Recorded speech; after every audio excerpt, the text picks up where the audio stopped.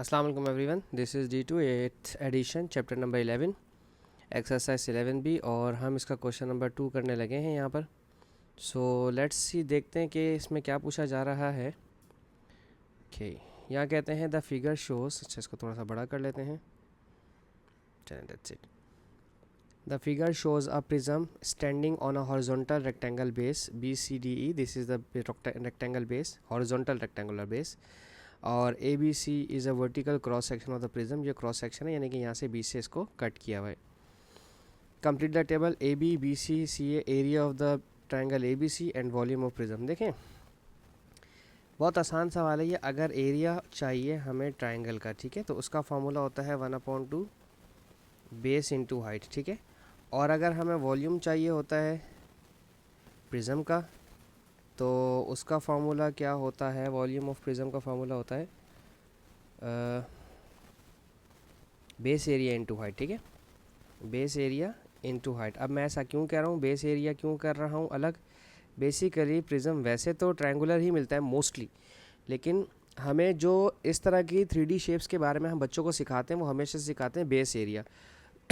अब अगर प्रिज्म है, पिरामिड है, कोई भी चीज़ है, या कोन भी है, कोन नहीं, सॉरी नहीं, कोन नहीं, कोन का तो अलग होता है, 1/3 होता है गैस। तो कोई सी भी शेप हो जो 3D शेप हो और जो इस तरह से हो, पॉलीगॉन हो प्रॉपर, तो उसमें बेस एरिया का मकसद ये होता है बताने का कि अगर कोई भी बेस चेंज होता जा रहा है। अभी फ़िलहाल यहाँ पर जो उन्होंने खुद कहा है कि ABC is a vertical cross section of the prism, ये हॉरिजॉन्टल रेक्टेंगल है, ठीक है। तो आप इसको क्या करेंगे, आप इसे ये वाला जो है ना प्रिज्म का, ABC प्रिज्म का इसे बेस मानेंगे और प्रिज्म को समझ लीजिए कि वर्टिकली ये गिरा हुआ है, इसको सीधा करके खड़ा करेंगे तो सारी जो ये फेसेस है, क्वाड्रिलेटरल फेसेस हैं, हमारे सामने आ जाएंगे, 4 कॉर्नर वाले फेसेस जो हैं। तो फिलहाल अगर अब हम बात करते हैं AB और BC, ये मेरी बेस है ट्रायंगल की और ये मेरी हाइट है ट्रायंगल की, ठीक है। और ये मेरी हाइट है, देखें मैं इसको कैपिटल H से लिख रहा हूँ, ये मेरी हाइट है प्रिज्म की, सही है।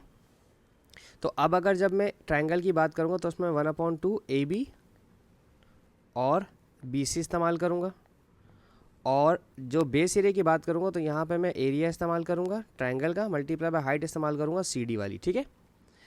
अब मैं इन चीज़ों को नहीं मिटाऊंगा, बाकी इन्हीं चीज़ों में सब कुछ घुमाते रहेंगे, ठीक है। पहले अगर हमारे पास दिया हुआ है AB दिया हुआ है 3 और BC दिया हुआ है 4, तो 1/2 AB दिया हुआ है 3 और BC दिया हुआ है 4, तो ये कितना हो जाएगा?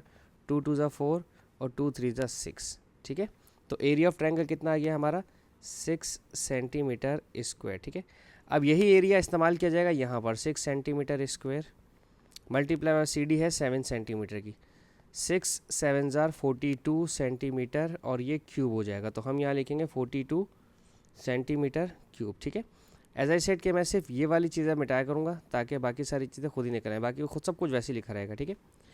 अब अगर आप बात करें पार्ट बी की, पार्ट बी में AB की जगह 9 लिखा है तो आप AB की जगह 9 लिख दीजिए,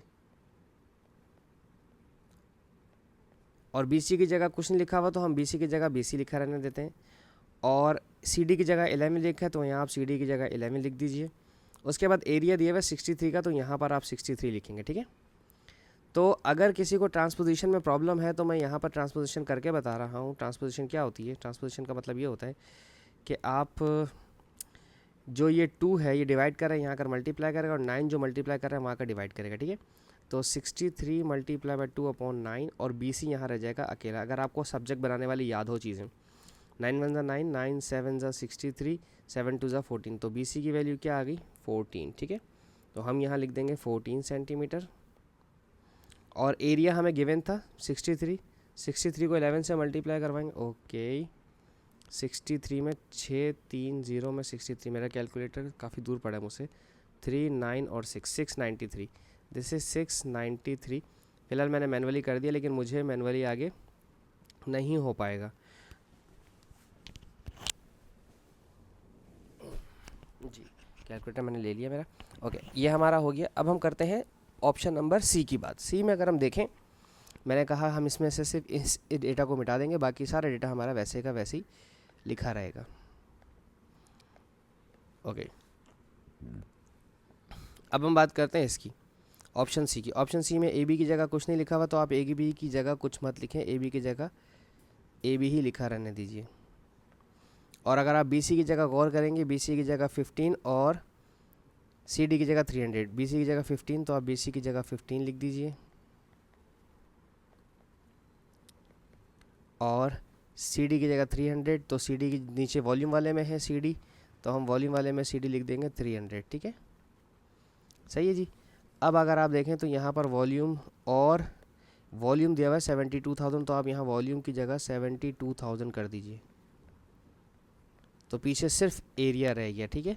तो इसका मतलब ये 300 मल्टीप्लाई कर रहा है, वहाँ जाकर करेगा डिवाइड, तो 3 2 ज़ा 6, 3 4 ज़ा 12, 0 का 0, हमारे पास एरिया आ गया, एरिया 420 आ गया। तो वो एरिया जो 420 कर रहा है, I am so sorry, 240, area 240 आया है सेंटीमीटर स्क्वायर, इसको हम यहाँ इस्तेमाल करेंगे 240 को, ठीक है। जो 2 डिवाइड कर रहा है वो 240 से आके मल्टीप्लाई करेगा 1/2 वाला, और जो ये 15 है ये वहाँ जाकर डिवाइड कर देगा, ठीक है। तो हमारे पास यहाँ से AB की लेंथ भी निकल आएगी। तो मैं ज़रा कर लेता हूँ कैलकुलेटर से, मैनुअली भी कर सकते हैं बट मैं करना नहीं चाह रहा अभी। 32 ये आ गया 32, ठीक है, 32 हम यहाँ लिख देते हैं 32, ठीक है। अब लास्ट वाला डेसिमल्स का, डेसिमल से बच्चे भी घबराते हैं कि डेसिमल को कैसे करेंगे मैनुअली, तो कैलकुलेटर यूज़ कर लीजिएगा। अच्छा जी, अब हम देखते हैं नंबर डी में AB दिया हुआ है ये और BC भी दिया हुआ है ये, ठीक है। AB और BC दोनों गिवन है तो एरिया निकल आएगा 1/2, AB की जगह लिखेंगे 24.6 और BC की जगह लिखेंगे 7.8, ये गिवन है, ठीक है। इसको सॉल्व कर लेते हैं, 1/2 मल्टीप्लाई बाय 24.6 मल्टीप्लाई बाय 7.8, ये है 95.94 सेंटीमीटर स्क्वायर, ठीक है। ये यहाँ पर मैं लिख देता हूँ 95.94, ठीक है। तो अब एरिया गिवन है 95.94, CD गिवन नहीं है तो उसकी जगह मत कुछ लिखिए, वॉल्यूम गिवन है 38376, तो जो मल्टीप्लाई हो रहा है वहाँ जाकर करेगा divide, 38376 divided by 95.94 is equals to CD, ठीक है। तो हम करते हैं 38376 डिवाइडेड बाय, तो ये आ गया है मेरे पास 400, तो CD आ गया है 400, कंप्लीट 400 सेंटीमीटर, ठीक है, प्रिज्म की हाइट, ठीक है। तो ये क्वेश्चन नंबर 2 हमारा ख़त्म हो गया है। देखें पेपर में क्या होता क्या है, बेसिकली ये टेबल बना कर देने का मकसद ये है कि आपके पास अगर एरिया का फार्मूला है, देखें अगर आप 7th स्टैंडर्ड के हैं तो आपके लिए समझने की चीज़, अगर आप 8th स्टैंडर्ड के हैं तो आपको ये चीज़ें आती होंगी कि अगर आपके पास कोई एक फार्मूला दे दिया जाए, उस एक फार्मूले में देखें हमारे पास यहाँ पर एरिया के फार्मूले में 1 2 और 3 क्वांटिटीज़ हैं, इन 3 क्वांटिटीज़ में से कोई सी भी मिस करी, हमने कभी एरिया मिस किया, कभी बेस मिस किया, कभी हाइट मिस किया, तो with the help of 2 other quantities तीसरी क्वांटिटी खुद ही हो जाएगी। सेम ऐसी वॉल्यूम में भी अगर हमारे पास 3 क्वांटिटीज़ हैं, तो अगर वॉल्यूम मालूम करना है तो बेस और एरिया शुड बी गिवन, और अगर बेस एरिया मालूम करना है तो volume and height should be given, और अगर हाइट मालूम करनी है तो वॉल्यूम और base area should be given. तो इस तरह से मिला करके पूरा क्वेश्चन हमारा तैयार होता है, ठीक है जी। होप सो मैं आपको समझाने में कामयाब रहा हूँ। Thank you so much for watching my channel. अल्लाह हाफिज़।